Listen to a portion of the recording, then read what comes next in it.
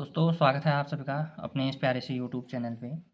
आज हम हल करेंगे सदस्य गणित और हमारे पास प्रश्नावली है 12.1 प्रश्न संख्या है हमारे पास 2।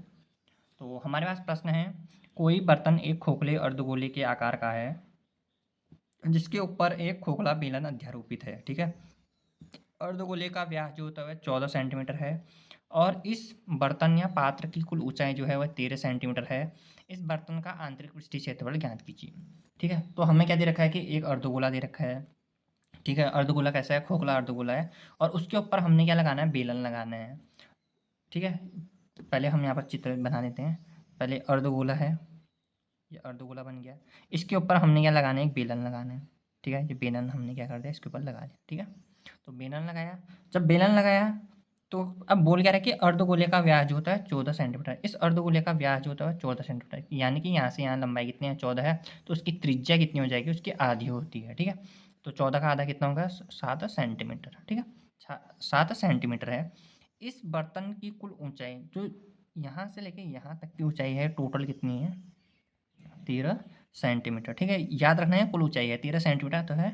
तो इस बर्तन का आंतरिक पृष्ठीय क्षेत्रफल ज्ञात कीजिए, तो उसका कुल आंतरिक पृष्ठीय क्षेत्रफल ज्ञात करना है। ठीक है, याद रखना है ये क्या है, त्रिज्या है, तो ये भी क्या होगी, त्रिज्या होगी, यानी कि ये भी क्या होगी, 7 सेंटीमीटर। ये टोटल ऊंचाई, पूरी ऊंचाई कितनी है, 13 है। इतना इतना भाग इसका 7 है, तो ऊपर वाले भाग का कितना होगा। ठीक है, ऊपर वाले भाग का कितना हो जाएगा, 13 ऋण 7 बराबर 6 सेंटीमीटर। ठीक है, याद रखना।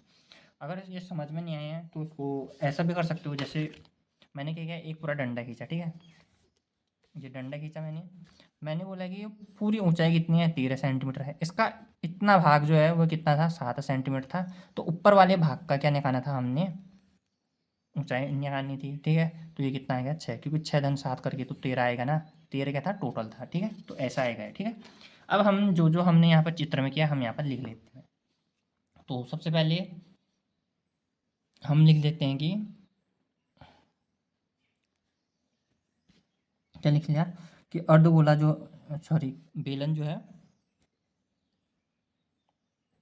बेलन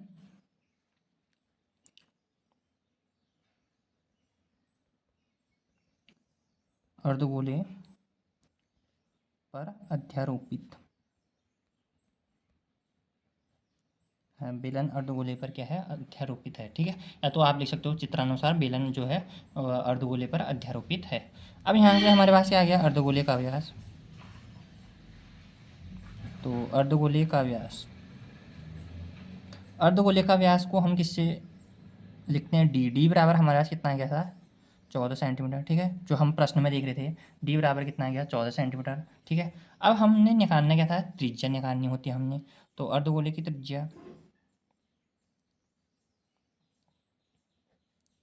गोले की त्रिज्या, तो अर्धगोले की त्रिज्या इसको हम किससे डिनोट करते हैं, आर से। ठीक है, आर क्या होता है, मैंने यहाँ पर बता रखा था कि इसका आधा होता है, ये पूरा 14 था तो इसका आधा कितना आएगा, 14 का आधा 7, यानी कि इसका आधा D/2 बराबर कितना आएगा, 14/2 बराबर 7 सेंटीमीटर। ठीक है, ये इतना हो गया हमारे पास। इसके बाद हमें क्या दे रखा था कि इस बर्तन की कुल ऊंचाई, तो चित्रानुसार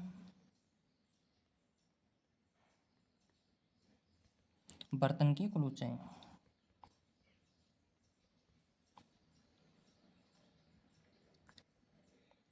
जो बर्तन की कुल ऊंचाई है वो किसके बराबर है, एक तो इस ऊपर वाले के बराबर थी। ठीक है, ऊपर वाला मतलब कि ये बेलन की ऊंचाई,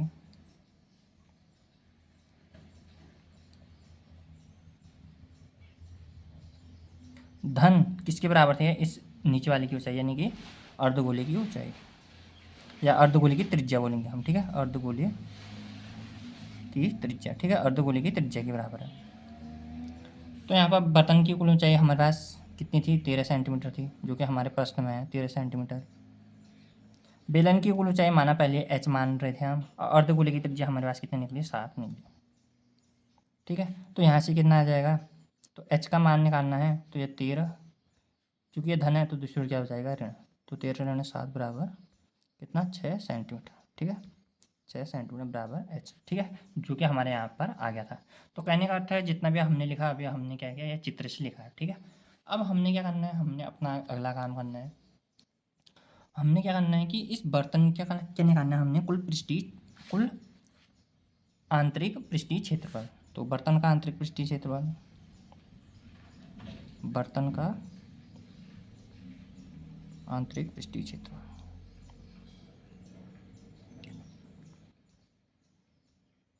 तो बर्तन का आंतरिक पृष्ठीय क्षेत्रफल हमारे पास किससे बराबर होगा? किससे बना है? एक तो ये बेलन से बना है, तो बेलन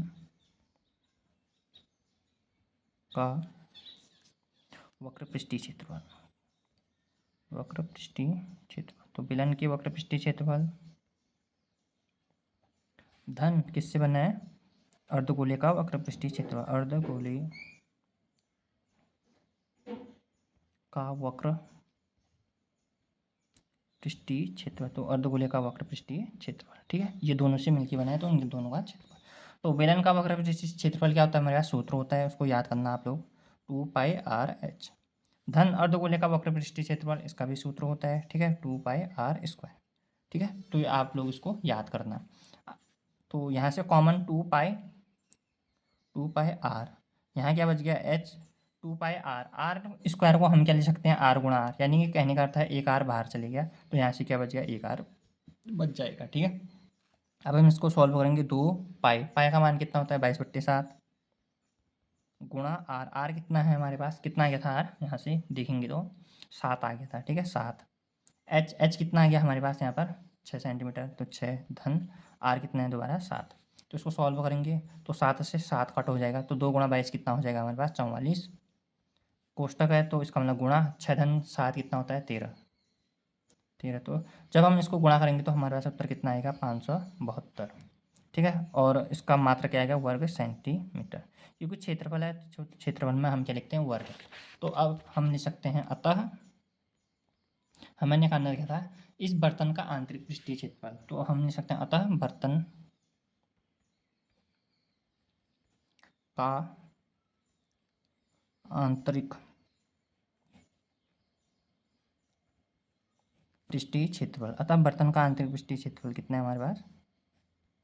बराबर 572 वर्ग सेंटीमीटर। ठीक है, तो बर्तन का आंतरिक पृष्ठीय क्षेत्रफल हमारा कितना होगा? 572 वर्ग सेंटीमीटर। ठीक है, तो दोस्तों आशा करता हूँ कि आपको इस प्रश्न का हल जो है वह समझ में आ गया होगा।